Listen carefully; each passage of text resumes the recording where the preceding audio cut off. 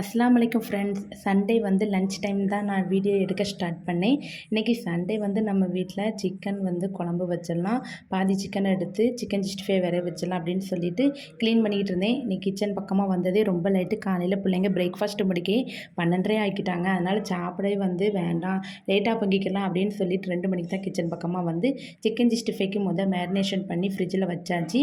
அதுக்கப்புறம் தான் காய்கறியே வாங்கிட்டு வர சொன்னேன். ஃப்ரிட்ஜில் ஓப்பன் பண்ணி பார்க்கும்போது தான் இஞ்சி வெள்ளைப்பூடு பேஸ்ட்டே இல்லை. அம்மா வாங்கிட்டு வந்த பிறகு தான் அதை அரைச்சி ஃப்ரிட்ஜில் வைக்கிற மாதிரி இருந்துச்சு. அதுக்கப்புறம் அம்மா வாங்கிட்டு வந்த காய்கறி எல்லாத்தையும் ஒன் பை ஒன்னாக எடுத்து வச்சுக்கிட்டு இருந்தேன். இந்த மாங்காய் வந்து 13 ரூபான்னு சொன்னாங்க. மாங்காய் பார்க்கும்போது அப்படியே நறுக்கி உப்பு மிளகாத்தூள் போட்டு சாப்பிட்றலாம் போல இருந்துச்சு. இருந்தாலும் இப்போ வந்து டைமே இல்லை.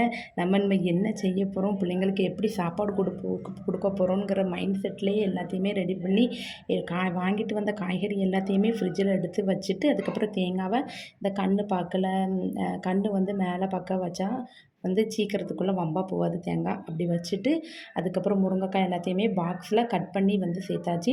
அதுக்கப்புறம் இஞ்சி வெள்ளைப்பூடு பேஸ்ட்டு அரைக்கிறதுக்கு 1/2 hour ஆகிட்டு. இஞ்சி வெள்ளைப்பூடு ரெண்டுமே குவான்டிட்டி வந்து 1/4 கிலோ வாங்கி நான் வந்து அரைச்சி வச்சுக்கிடுவேன். இது 1 மந்த்துக்கு நம்மளுக்கு ரொம்பவே யூஸ்ஃபுல்லாக இருக்கும். அடிக்கடி வந்து இஞ்சி வெள்ளைப்பூடு உரித்து அரைக்கிறது தான் பெரிய ப்ராசஸாக இருக்கும். இதை மொத்தமாக அரைச்சி வச்சிட்டோம்னா நம்மளுக்கு கொஞ்சம் டென்ஷன் ஃப்ரீயாக இருக்கும்.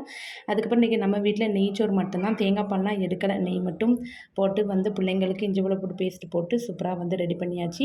கிச்சன் பக்கம் இப்படி தான் இருந்துச்சு. எனக்கு ரொம்பவே ஒரே பதட்டமாக இருந்துச்சு. ஐயோ, பிள்ளைங்க ஒரு பக்கம் சாப்பாடு கேட்கவே ஆரம்பிச்சிட்டாங்க. அதுக்கப்புறம் வீடை பார்த்தா அப்படி தான் வந்து குப்பையாக இருந்துச்சு. வந்து குக்கர்லேயே வந்து குழம்பு வந்து தாளித்து விட்டுட்டேன். 2 விசிலில் 3 விசிலில் நம்ம எடுத்துட்டோம்னா சூப்பராக வந்து சிக்கன் குழம்பு ரெடி ஆகிடும் அப்படின்னு சொல்லிட்டு ஒரு அடுப்பில் சோறும் ஒரு அடுப்பில் குழம்பும் வச்சு விட்டாச்சு. அதுக்கப்புறம் வீட்டெல்லாம் தூத்து, அதுக்கப்புறம் மேற்கோடி வந்து பசங்க கிரிக்கெட் விளையாடுதுன்னு சொல்லி பேரில் ஃபுல்லாக குப்பையாக்கி வச்சுருந்தாங்க. கையோடு நம்ம இதையும் க்ளீன் பண்ணிடலாம் அப்படின்னு சொல்லிட்டு அதையுமே தூத்து வச்சாச்சு.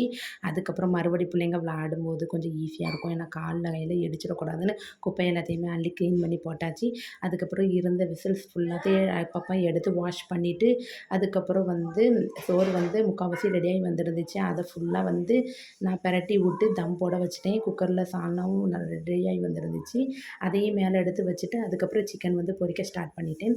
வேலையை வச்சது நல்லா சூப்பராக வந்து உப்பு உரப்பு பிடிச்சிருந்துச்சு. அதுக்கப்புறம் 1 by 1 பொரித்து எடுத்துட்டு, அதுக்கப்புறம் பிள்ளைங்களுக்கு வந்து சாப்பாடெல்லாம் தட்டில் போட்டு ஆற வச்சுட்டு, அதுக்கப்புறம் அவங்களுக்கு சாப்பாடு கொடுத்தாச்சு. அல்ஹம்துலில்லாஹ் எல்லோரும் ஒன்றா உட்காந்து சாப்பிட மணி வந்து 3:30 ஆகிட்டு. சரி, நான் ரொம்பவே பயந்துக்கிட்டு இருந்தேன். இன்றைக்கி அசர் டைம் தான் வந்து சாப்பிட முடியுமோ அப்படின்னு நினச்சேன். நல்ல வேளை 3:30க்கே சாப்பாடு வந்து பிள்ளைங்களுக்கு கொடுத்தாச்சு. இன்றைக்கி நம்ம வீட்டில் இதான் லன்ச். உங்கள் வீட்டில் இன்றைக்கி சண்டே ஸ்பெஷல் என்னது மறக்காமல் கமெண்ட்ஸ் பண்ணுங்கள். இன்னொரு வீடியோவில் நான் உங்களை சந்திக்கிறேன். ஓகே, பாய்.